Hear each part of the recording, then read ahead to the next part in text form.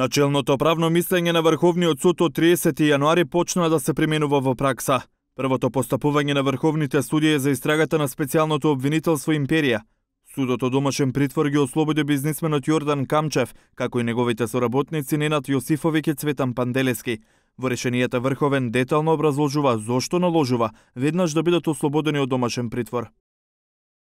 Овој суд оценува дека јавниот обвинител кој раководи со јавното обвинителство за гонење на кривични дела, поврзани и кои произлегуваат од содржината на незаконското следење на комуникациите, може да покрене обвинение или да нареди запирање на истражната постапка до 30.6.2017 година, што значи не подолг од 18 месеци од денот на преземањето на предметите и материјалите во негова надлежност. Врховните судии се опознати од став дека СЈО не е надлежно обвинителство, покрај правното мислење на самиот суд, како аргумент врховен за Камчев, но и за Јосифовиќ, со речиси идентично образложение.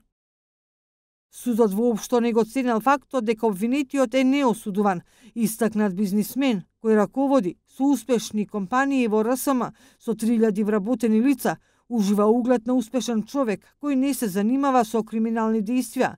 При постапувањето, судот треба да ја има судската пракса на Европскиот суд за човекови права во Страсбур, и тоа случајот Василковски и други против Република Македонија, поради што во случајот сторени се повреди на одредбите од член 5 и член 6 од Европската конвенција за заштита на човековите права и основните слободи.